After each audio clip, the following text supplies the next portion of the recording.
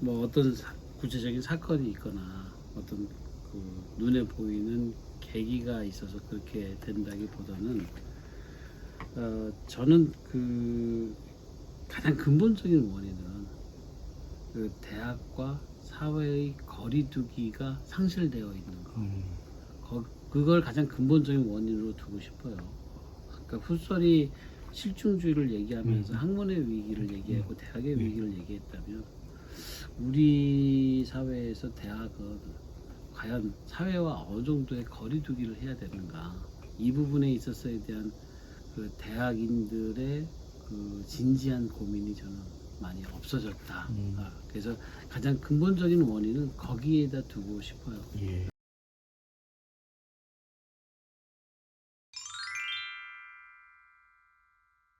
뭐 대학과 사회가 전혀 별개의 것이고 무관한 것이고 그런 것은 전혀 아니고요.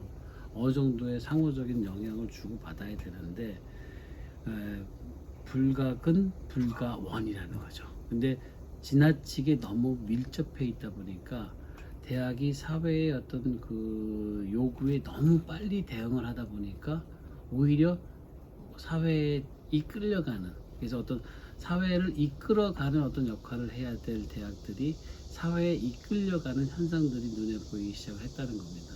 서두에서 말씀하셨던 대학 공정화주의라든지 정보 실용주의, 그리고 그 근본적으로는 이제 대학다움, 뭐가 대학이냐.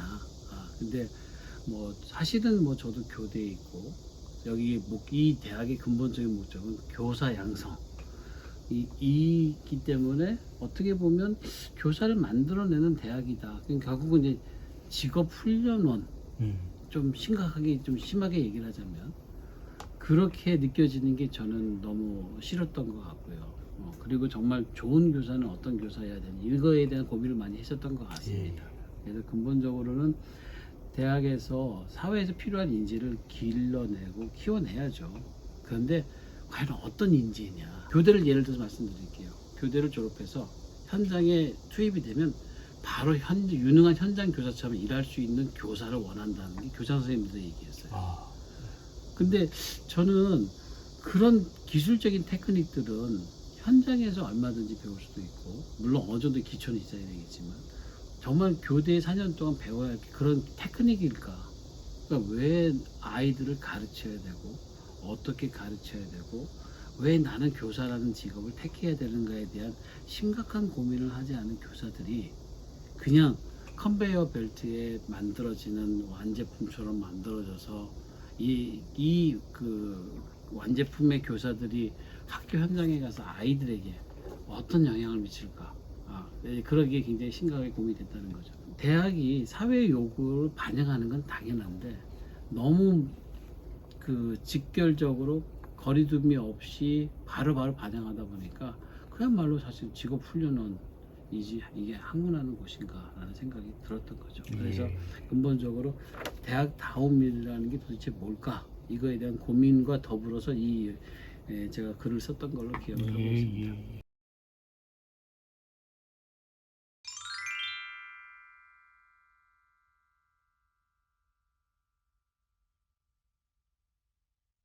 사실 어려운 얘기죠. 어려운 얘기고 일단은 그 어떤 건전한 사회적 비판이 허용되고 그게 수용될 수 있는 정도의 거리두기 라고 또 추상적으로 얘기할 수 말씀을 드릴 수밖에 없는데 그런 그거는 이제 대학이 스스로 고민하면서 끊임없이 사회와의 관계 속에서 자신의 위치를 설정을 해야 되는데 그게 물리적으로 고정적으로 어떤 뭐 폴리스 라인이 있는 것처럼 대학 라인이 있는 것은 아니겠죠. 그리고 분명히 실용적인 학과도 필요하고 서울과 지방의 또 차이도 있고 그래서 이제 대학도 생존해야 되고 그래서 아마 다양한 형태의 대학들이 나올 수 있다고 봐요. 뭐 전혀 폄훼하는 건 아닙니다만 뭐 무슨 백화점의 교양 강좌의 코스나 대학의 교양 교육의 강좌의 코스가 같은 수준으로 이루어져서는 안 된다고 생각을 하거든요. 그런 맥락에서 그런 부분에 있어서 스스로의 자존심이라고 해야 되나요? 직업 훈련원이 아니라 학문을 하는 곳이다 라고 하는 인식이 대학인들한테 있어야 된다고 생각을 해요. 그리고 교수다움이라고 얘기할 때 교수가 교수답고 학생이 학생다울 수 있는 수준의 그 라인이 어디까지냐는 그 대학에서 그 개별적으로 상황에 따라서 고려해서 구성을 해야 되지 않을까라고 생각을 합니다. 예.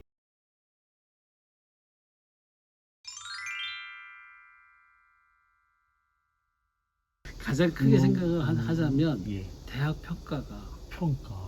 대학을 병들게 한다라고 아, 생각을 해요. 왜냐면은 그 무언가를 주기 위해서 무언가를 지원하기 위해서 서열을 하기 위해서 평가를 해야만 하는 그 고충을 충분히 이해를 함에도 불구하고 그 평가가 이루어지면 그 평가에 맞춰서 대학이 그 노력할 수밖에 없고, 왜냐하면 재정적인 어떤 자립도가 떨어지기 때문에 그런 부분이 갖고 있는 문제들 때문에 대학이 대학다웠지 못하고 오히려 평가에만 매달려서 가는 게 저는 굉장히 대학에 있으면서도 참 안타까웠다. 그건 이제 대학뿐만이 아니라 교수들도 마찬가지인 것 같아요. 교수들도 논문 몇 편 썼느냐가 성과급에 연결이 되고 그걸로 교수의 연봉이 결정이 되고 이게 과연 정말 바람직할까? 이 논문의 양에 의해서 평가할 수밖에 없겠죠. 영역이 다른데 질에 의해서 평가할 수 없으니까 결국은 그 평가할 수 있는 거는 양이다. 그걸로만 평가하자는 거죠. 양으로 할 수 없는 걸 양으로 평가하다 보니까 거기에 맞춰질 수밖에 없는 게 대학의 어떤 흐름이라고 본다면 저는 오히려 대학 평가가 그 취지와는 다르게 오히려 대학을 병들게 하고 있다라고 생각을 합니다.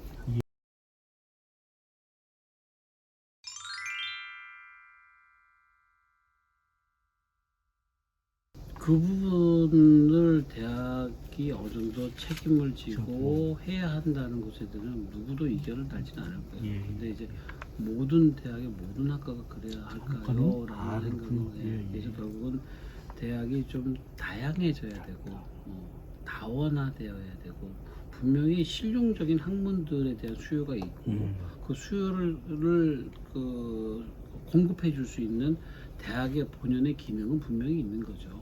근데 이제 문제는 그런 것들로 전부 획일화됐을 때 교양도 그렇고 학과들이 이제 많이 통폐합되고 없어지는 경우도 그건 이제 시대의 흐름이다라고 볼 수도 있지만 대학들이 좀 다원화됐으면 좋겠고 평가도 좀 다원화됐으면 좋겠어요. 그래서 서열보다는 좀 질적인 면의 어떤 어떤 강화를 위해서라도 취업률로 평가할 수도 있고 그렇지 않은 걸로도 평가할 수 있지 않느냐라고 볼 수 있는 거죠. 근데 이제 예를 들어서 취업률 같은 경우만 지방 사립대에 있는 친구나 뭐 지인들의 경우 보면은 그 부분에 있어서 굉장히 큰 스트레스가 안타까운 부분이 많이 있더라고요. 그래서 취업률이 중요한데 그게 다는 아니다라는 거죠.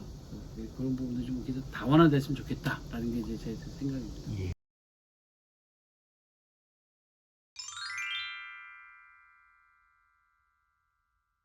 그 기업에서 당장 필요한 능력 위주 혹은 역량 위주가 아니라 지금 당장 필요한 직무 역량들은 변하게 마련이에요.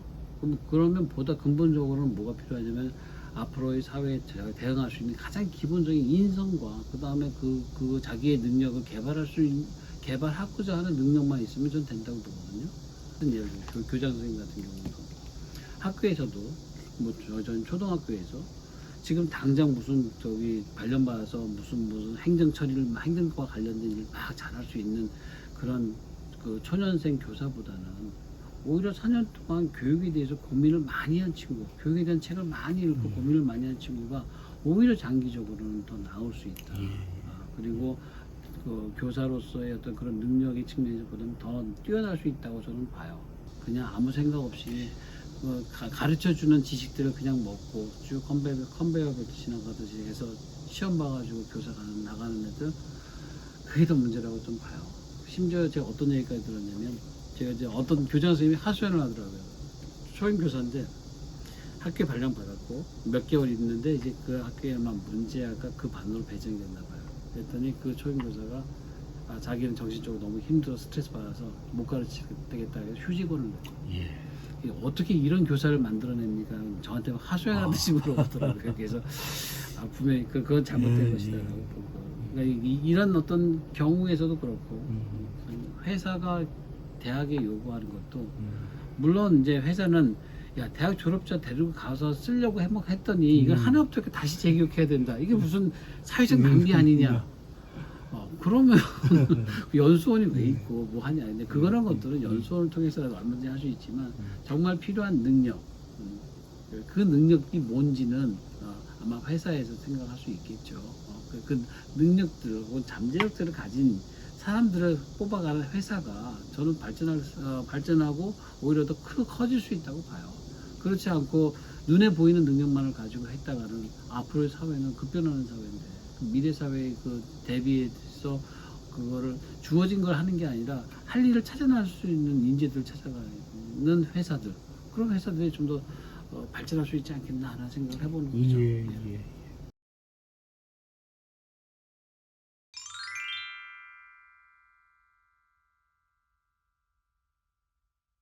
전부 다 똑같아지지 않으려고 하려고 하는 하는데요. 거. 이제 물론 시대적 상황이 학생 수가 좀 급감하고 예. 그러다 보니까 지방에서 이제 그 대학의 재구조화가 어쩔 수 없는 현실로 다가오는 상황인 거고, 저는 전문대학은 전문대학의 살 길이 분명히 있다고 봐요.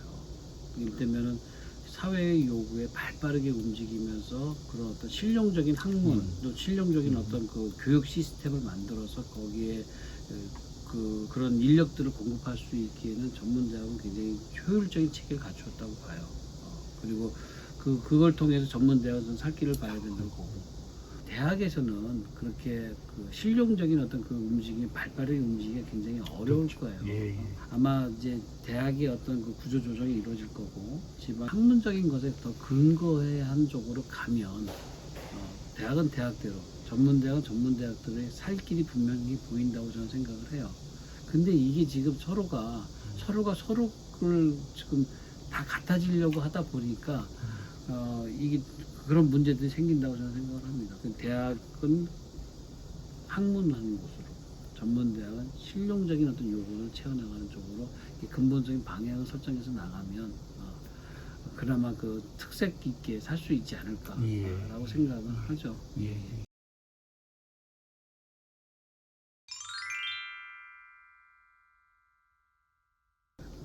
대학들을 서열적으로 평가하는 것은 좀 문제가 있다.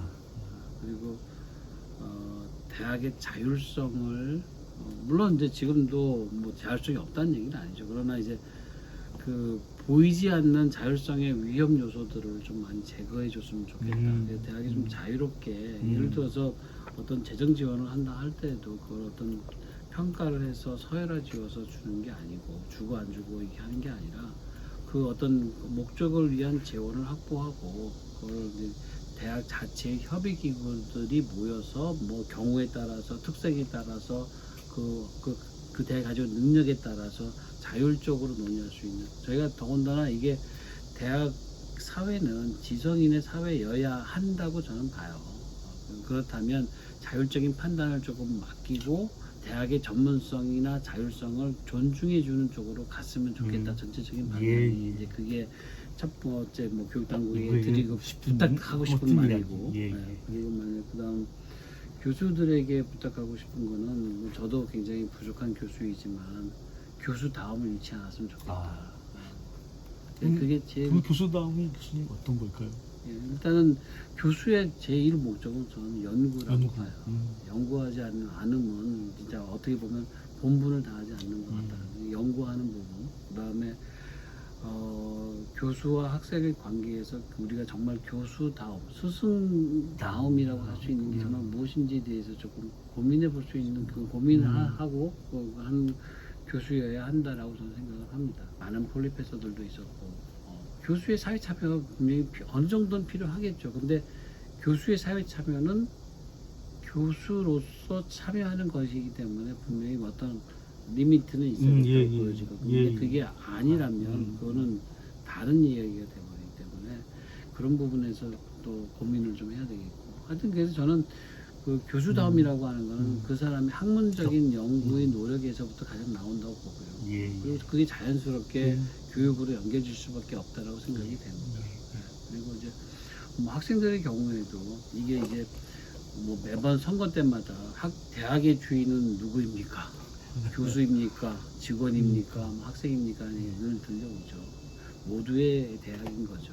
모두의 대학인 거고 대학 다음은 학생들이 학생다울 때 아, 네, 그런 부분들이 잘 보존이 된다면 음. 대학이 어느 정도의 자율성을 가지고 사회적으로 어느 정도 사회적인 비판을 건전한 비판을 할 수 있는 능력을 키우고 그리고 사회의 요구에 수용을 하고 그것을 공급을 하지만 그러면서 사회를 끌고 나갈 수 있는 어떤 방향성을 제시하거나 그 방향성을 가지고 갈 수 있는 알물 이렇게 시로 표현할 수 있는 능력 뭐 이런 것들이 아마 우리가 생각하는 정말 진정한 의미의 교양이지 않을까. 예. 그래서 이제 대학에서도 교양 교육 같은 경우도 뭐 4년 내내 해야 된다라고도 이야기를 하고 있죠. 물론 이제 대학이 대중화되고 그러다 보니까 이게 너무 이제 질적인 저하를 가져올 부분이 있긴 하지만 그럼에도 불구하고 대학 다음을 유지하려고 노력할 때 이럴 때 비로소 대학의 본질이 유지돼 갈 수 있지 않을까라고 생각합니다.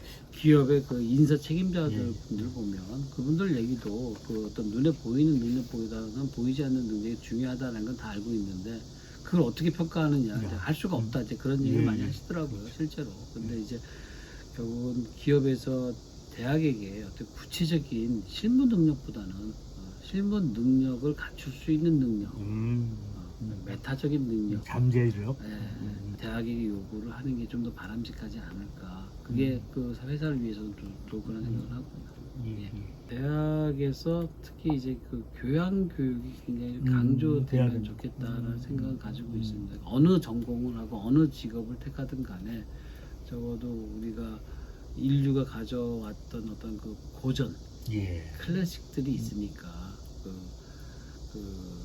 그런 것들을 대학생들이 대학 교육 동안에 고등교육이긴 하지만 그리고 지금 많이 대중화된 엘리트 교육 참 모순적이죠. 대중화된 엘리트 교육이란 말 자체가 그 속에서라도 이런 어떤 그 동서양의 고전에 대한 어떤 지식 또 그에 대한 어떤 사고 그런 것들을 조금 갖출 수 있었으면 그게 현실적으로 예. 대학의 교육 과정이 이게 많이 힘드니까 그럼에도 불구하고 학생들이 좀 그런 쪽에 관심을 많이 가졌으면 좋겠습니다. 예. 알겠습니다. 한국의 대표 교육 채널 교육의 보편적 관점 유튜브 교육 방송 YBS였습니다.